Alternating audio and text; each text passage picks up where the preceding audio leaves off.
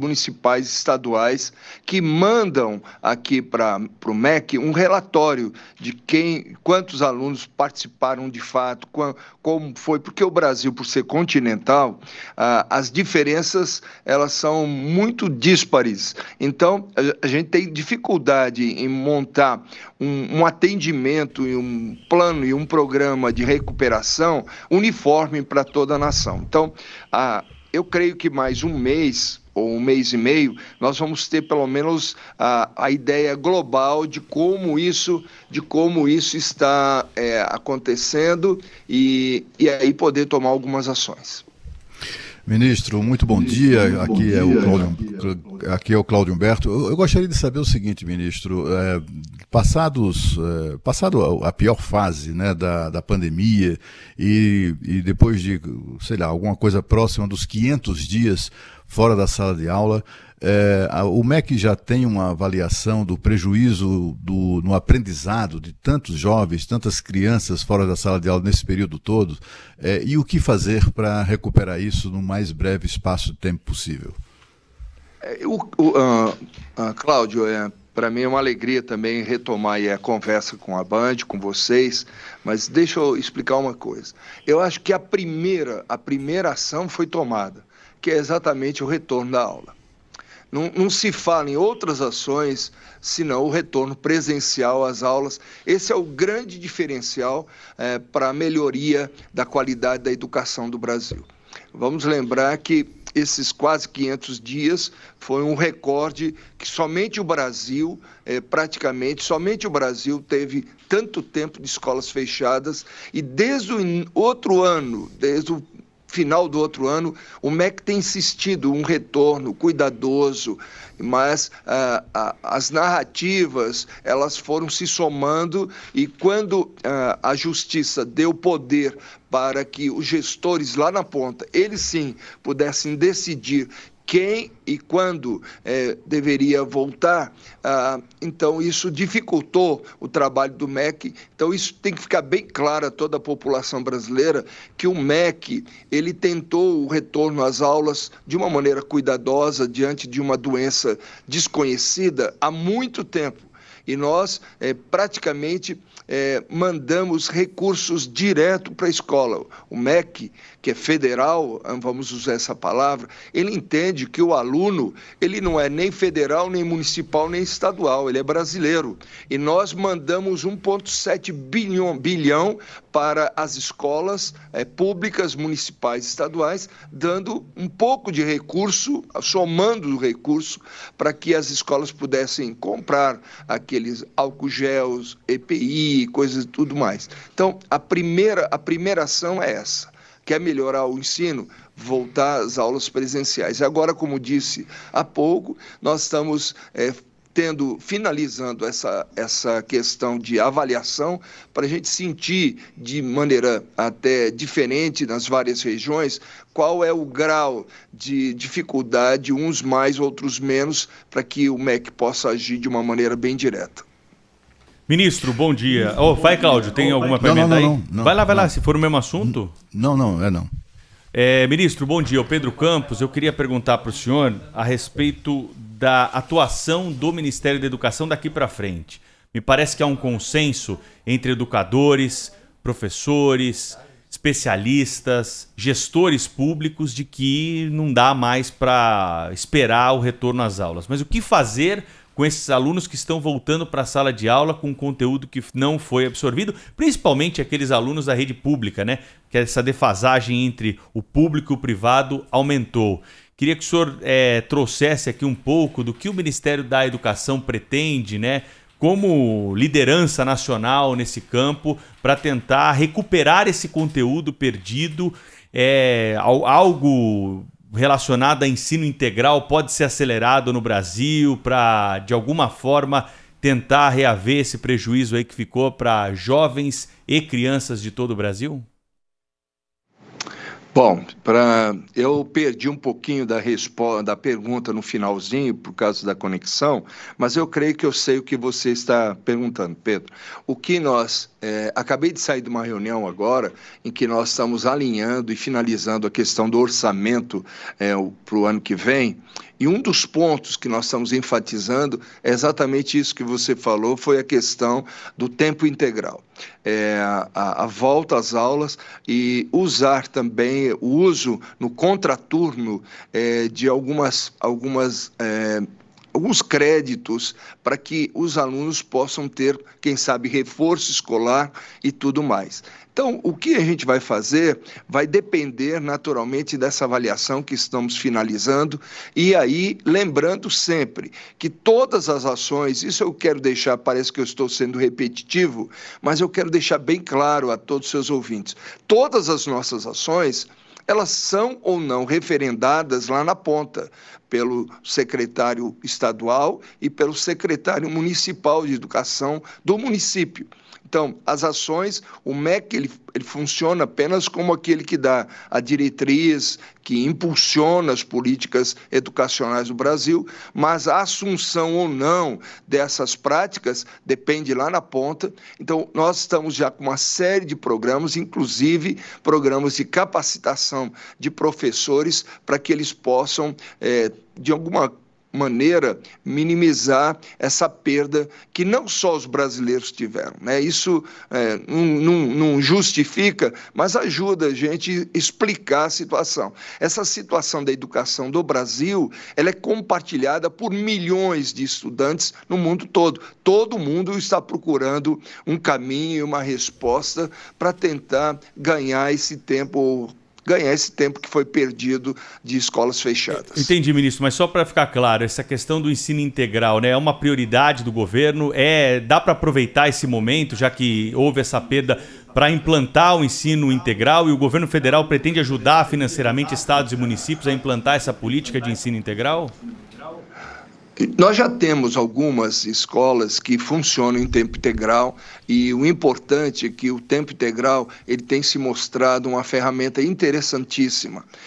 Só que, repito, nós dependemos, Pedro, da ponta. Por quê? Porque depende do turno, do número de alunos, das condições do equipamento, do prédio que está lá na ponta. Agora, os recursos, esse ano, como disse, foi um ano mais difícil, inclusive, infelizmente, com alguns cortes na educação, mas o ano que vem, acabei de sair de uma reunião que nós estamos falando sobre o investimento, alguns milhões, vários milhões de reais que o governo federal vai colocar na nossa proposta para o ano que vem, para exatamente a retomada do tempo integral nas escolas públicas brasileiras. Ministro da Educação, Milton Ribeiro, está ao vivo conosco aqui no Jornal Gente da Rádio Bandeirantes.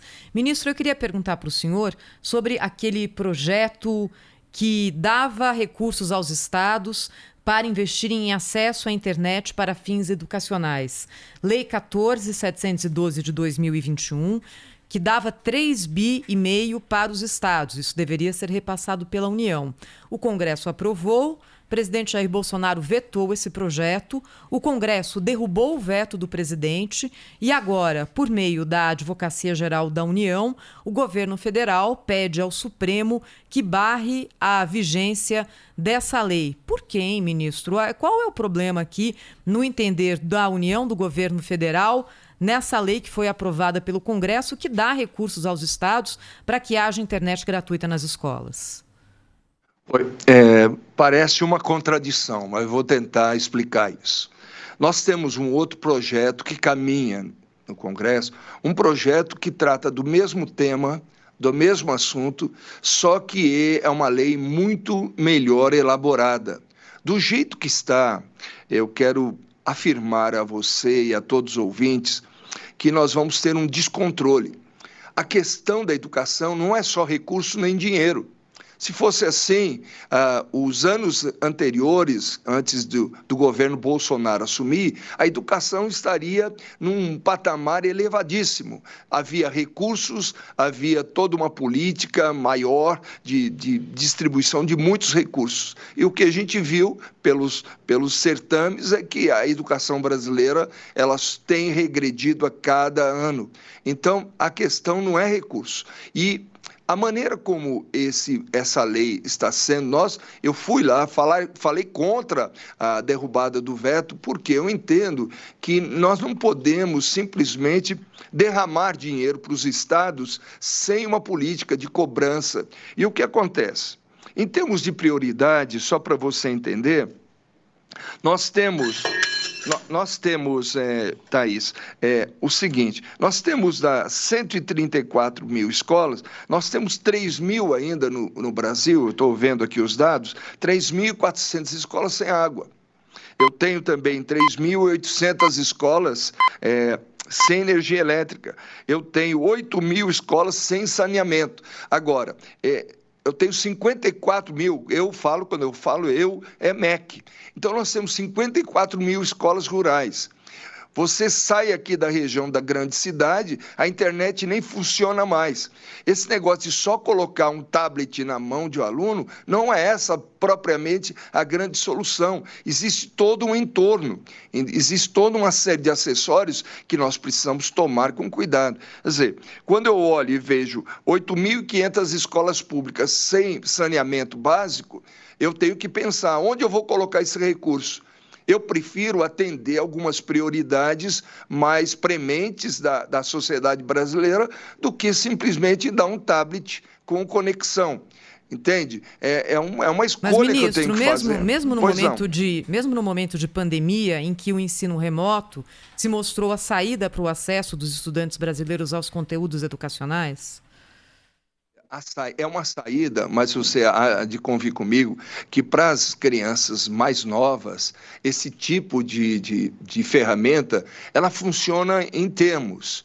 Porque é difícil você pegar um menino de 7, 8 anos, deixar ele 1 hora ou 2 horas, ele colocado ali tendo aula remota. É muito difícil. Mas, no entanto, é o que nós temos. Eu não sou contra isso. Eu só acho que as escolhas das prioridades têm que começar aqui pelo MEC. Eu estou dizendo isso e disse isso para os parlamentares, que eu não era contra. Imagine, só falta agora o MEC ser contra essa ferramenta que, se não fosse a internet, nós não teríamos nada. Eu só acho que a gente colocar do jeito que está colocando, dando aos estados, não aos municípios. A lei ela é meio confusa ali, e tem um outro complemento da questão da lei, que isso aí é para os técnicos e tal, que é possível que, como se trata de uma despesa primária, esse valor de 3,5 bilhão tenha que ser tirado do orçamento geral do MEC na área de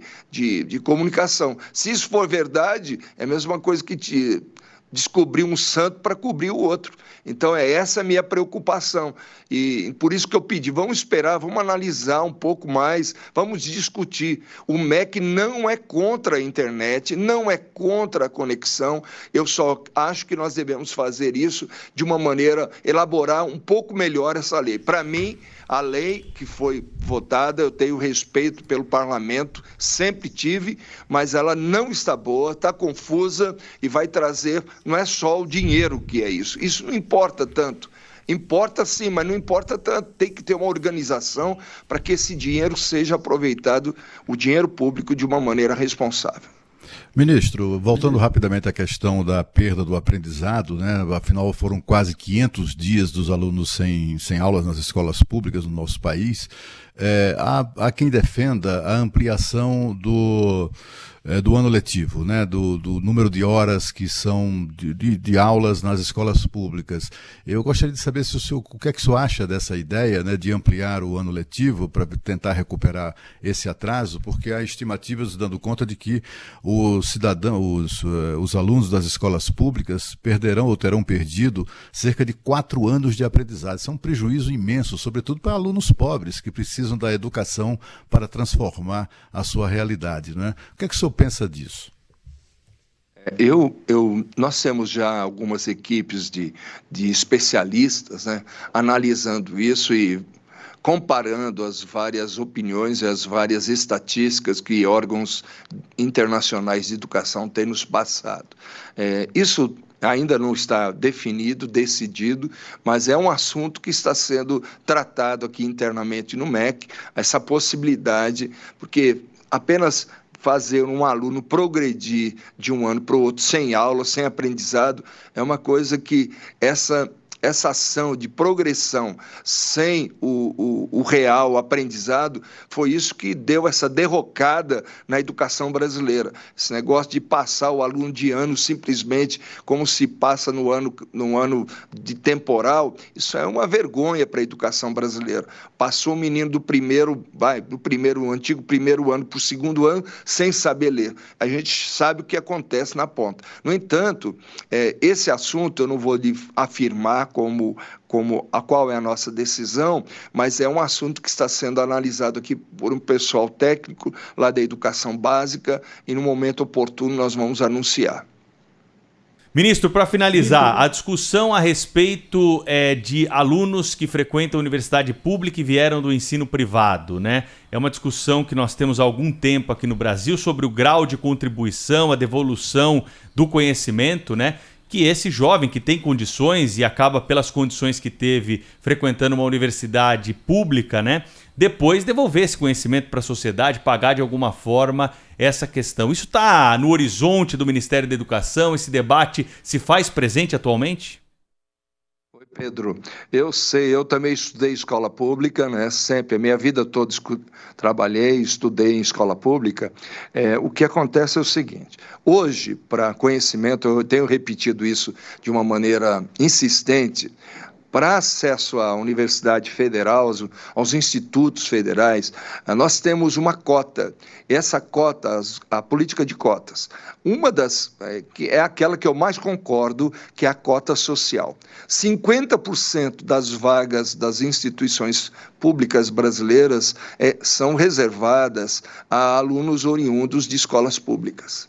Isso aí é muito importante os seus ouvintes saberem.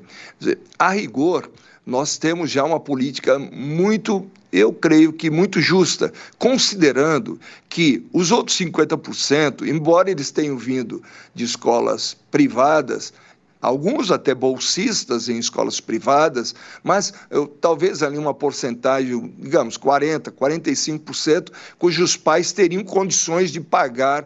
Mas são esses pais, vamos olhar o Brasil como um todo, são esses pais que pagam os impostos, são eles que também trabalham, geram riquezas, geram impostos, que sustentam a escola pública. Eu não acho também justo, olhando nos dois lados, tentando olhar com muito equilíbrio, que o pai que paga o seu imposto, que contribui com a sociedade, o filho dele é privado agora, só o fato dele ser um pouco melhor aquinhoado, ele é proibido de ter acesso ou teria que pagar para ter acesso. É uma discussão bem social, mas eu creio que valeria a pena uma discussão um pouco mais demorada a respeito disso. Então, eu não sou contra o filho do empresário ter acesso à escola pública, considerando apenas isso, que 50% das vagas já são reservadas aos oriundos de escola pública, e sendo que lá na ponta, do outro lado, é o pai desse menino que, de uma maneira muito indireta, mas colabora e sustenta a escola pública brasileira. O ministro Milton Ribeiro, ao vivo aqui na Rádio Bandeirantes, também entrevista agora ao vivo na tela do Band News TV, canal 24 horas de informação do Grupo Bandeirantes. Para a gente terminar a nossa entrevista, ministro, queria perguntar para o senhor sobre aulas presenciais em universidades federais.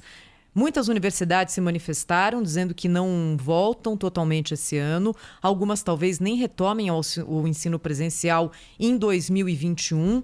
E algumas dizem que não tem verbas para retomar a atividade presencial nesse ano. O que está acontecendo, ministro? Thaís, a rigor, não houve nenhum corte no custeio.